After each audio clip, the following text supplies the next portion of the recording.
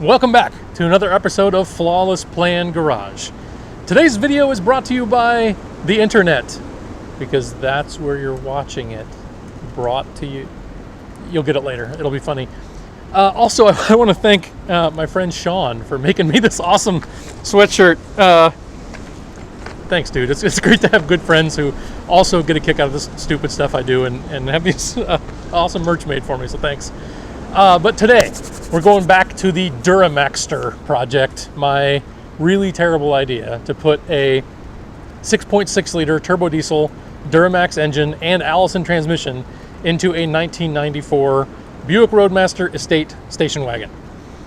Yeah, it doesn't work. It's not a very good idea. But today we're going to be tearing the whole thing down, tearing it apart, seeing how bad of an idea this really is, and maybe getting even the body off the chassis. So thanks. Stay tuned. One of the things I did was take the heads off this motor because I wasn't sure whether the blown head gasket it supposedly had when I bought it was actually what was wrong with it. And two, I thought, well, you know, I might go ahead and put it together with the LT1 in it and drive it that way for a bit. And some weeks have gone by. I'm busy with other projects, family, vacations, and trips, and some other things.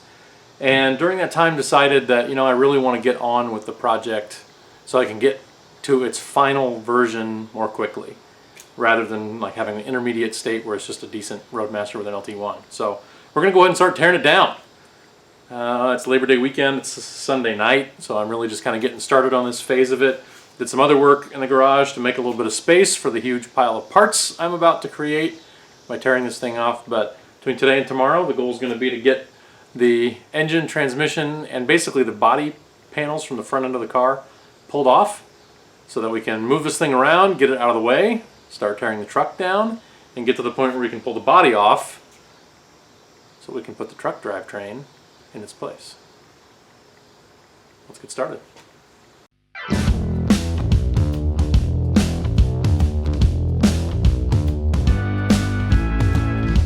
Probably everybody else knew this. News to me, this is metal inner fender liners. No real tricks to getting it out. There's a bunch of bolts on the inside, all 10 and 13 millimeter, and a couple of wiring clips up here, but nothing too complex, nothing too difficult. No wonder this thing's so heavy. Metal inner fender liners. Wow. One of the things you learn tinkering on cars for a couple decades is just something about the way the manufacturers do their assembly, and it makes taking them apart easier as you begin to get a feel for that as well. Now obviously there's a lot of different ways to take apart an old B-body wagon. Working by myself like I almost always am, I prefer to kind of pick a direction and just attack in layers as I go in, taking off sub-assemblies where I can, but mostly trying to keep the pieces small and just easier to work with. And one thing that really jumped out at me, especially since I had also been working recently on the Frankentruck project on my GMT 800 trucks, was how much these old B-bodies are built in really the same way. The radiator core support, housing all of the cooling system, the way it's put together, and the way it sits down on the frame on body mounts, the way the fenders mount. Even those metal inner fender liners are very reminiscent of a 60s truck. And it's really obvious that the basic assembly methods for this car go back to the 60s and the way GM was building cars then, and the way they still build trucks really up through today, and the way that they're actually put together. Thankfully, all of this means that they're fairly straightforward to tear apart.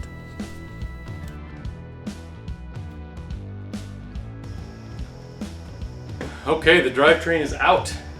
Seems like kind of a win. Next up, I think, is moving it, getting it outside, turning it around, getting it back in the other bay where I have my little max jacked lift, and I can get it lifted up enough to take the body off. I think that's my next step. So we're going to start cleaning up, put the wheels back on, see if we can move this thing around next.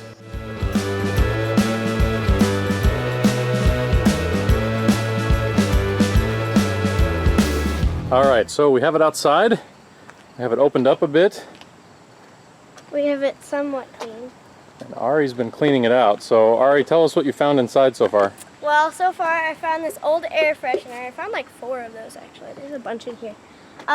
Probably hundreds of empty water bottles that were crushed. 2 water bottles that actually had some water left. a bag full of pennies. There's a bag with that much pennies in the bottom. So we found quite a few pennies, a few quarters. We found... What's this stuff here? Sure.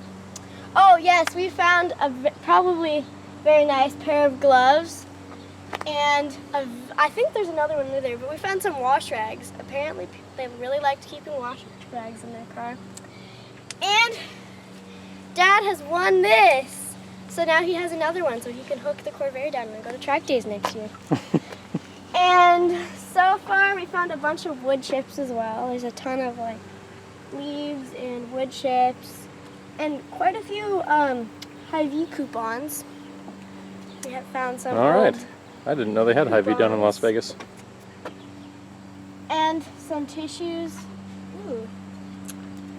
Apparently here is an auto-driving cloth package. Don't know where the cloth went, but we found the packaging, so it's probably in here somewhere.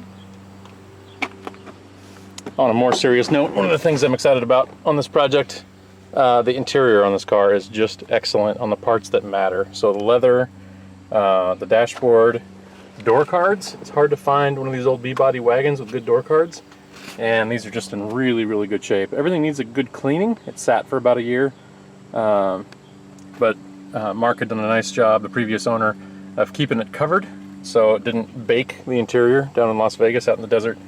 The carpet needs some help. There's some holes you can see there, and then just kind of some wear and dirtiness on the carpet, but I've got to remake the transmission tunnel anyway, so I'm not too worried about that, because that carpet's all going to come out for me to make a new trans tunnel. I also felt like these B-bodies were set up about as good as you could be when it comes to making a new trans tunnel, just because there's no console to deal with. So the new tunnel will certainly be more intrusive, but there's not a lot of other interior to chop up.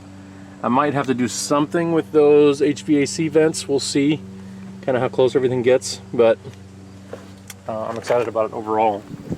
The second row is also in really nice shape. Third row, looks to be in excellent condition. Again, just needs a good deep cleaning everywhere. It's very complete, no rust anywhere. So, looking good so far. Bones seem to be good. Okay, fender removal. A couple tips I picked up along the way. It's easier to remove the inner and outer fenders at the same time. So I had pulled off all these bolts that hold the outer to the inner. No need to do that. Leave those alone. Instead, pull these bolts. You'll have to pull the bolts from the inner fender liners, as well as there's a couple that go underneath here. And then once you're in the door jamb, I had thought that potentially I would have to be removing the bolts that attach the inner to the outer, which hopefully you can see here. Those would be very difficult, maybe impossible to remove with the doors on. So instead, you pull this one and this one while keeping track of the shims involved. And those will allow you to pull the inner and outer fender at the same time. The final one that's hidden beyond the, watching out for the hood mounts here, there's also one hidden under this little piece of foam and right under here. So this should be the last one that I have to pull to get the front fenders off. Now I know you're asking yourself, how are you going to get that big heavy wagon with no drivetrain in it turned around, back up your steep driveway, and shoved into that narrow little garage? Well, the answer is you get your 80-year-old neighbor, who's a great guy and a great friend, to be your wheelman. And you put him in the car, and then you take your 40-something-year-old Bobcat with a wooden adapter, we'll call it, and an old tire strapped to the front of it for a little cushioning, and you push the wagon up the steep driveway and backwards into the garage bay.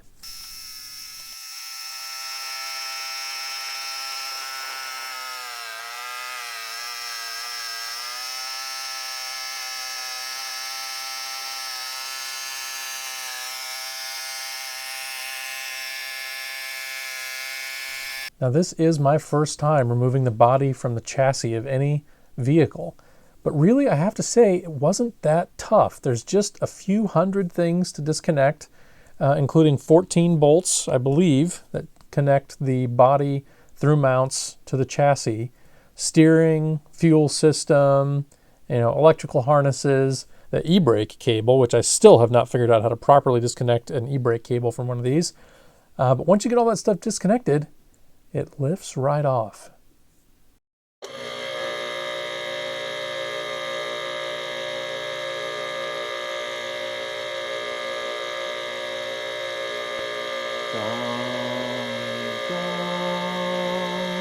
Dun, dun, dun.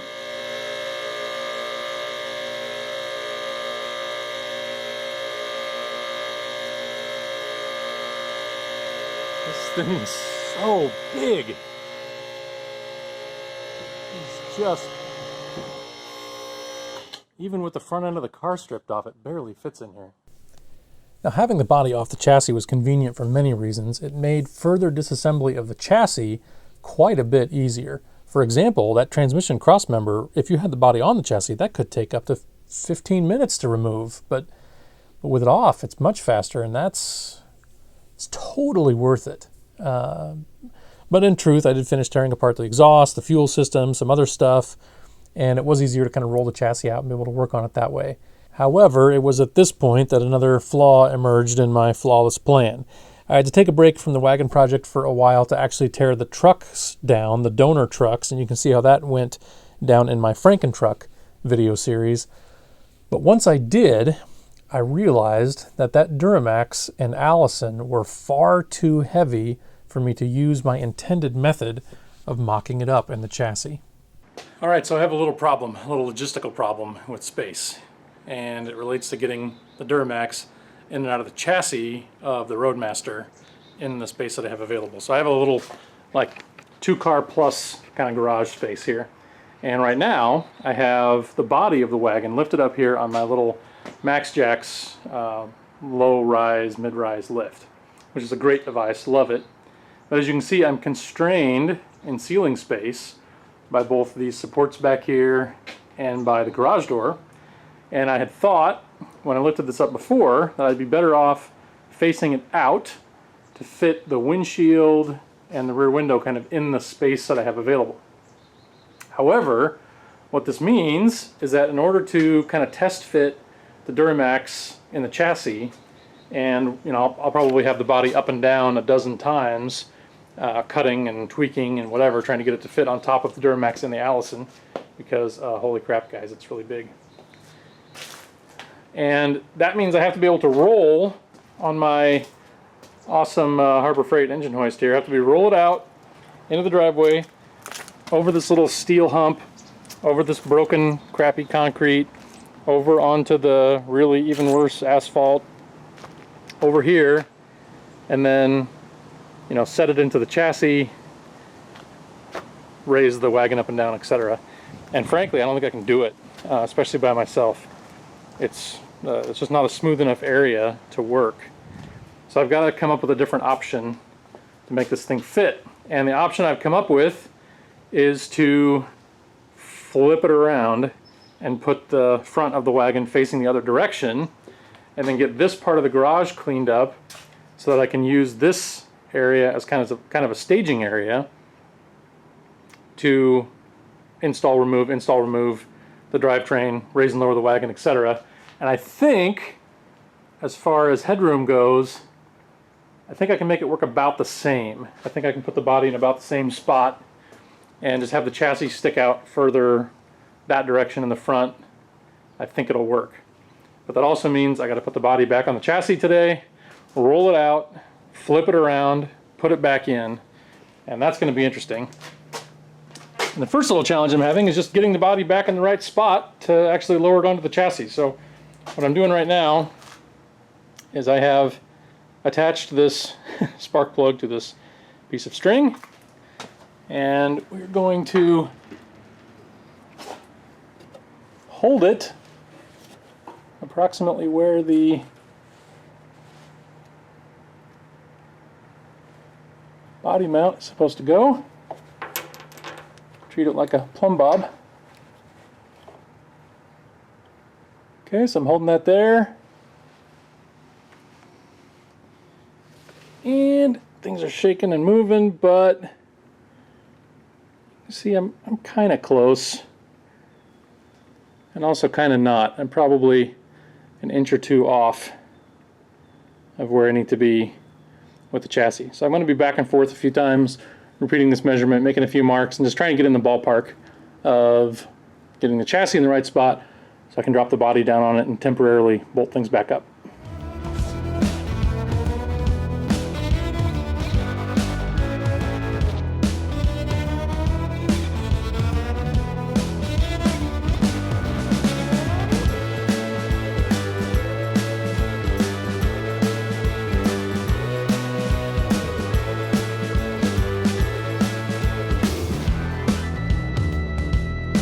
With that, it was remated body and chassis, ready to be rolled down the hill, down the street, back up the street, and pushed back into the garage with my custom rear bumper to help prevent me from damaging anything any worse with the Bobcat when pushing it back up the hill, which as usual didn't quite go as planned, but did end with the car back in the garage in the correct direction. And so I once again have managed to cram 3 or so solid days of work into the span of only about 4 months, give or take. But hey, it's up in the air. It's ready for the real work to begin of finding out just how much this engine does not fit. I don't know if I can cut this thing up. It's really nice. Too late. Thanks for watching. See you next time.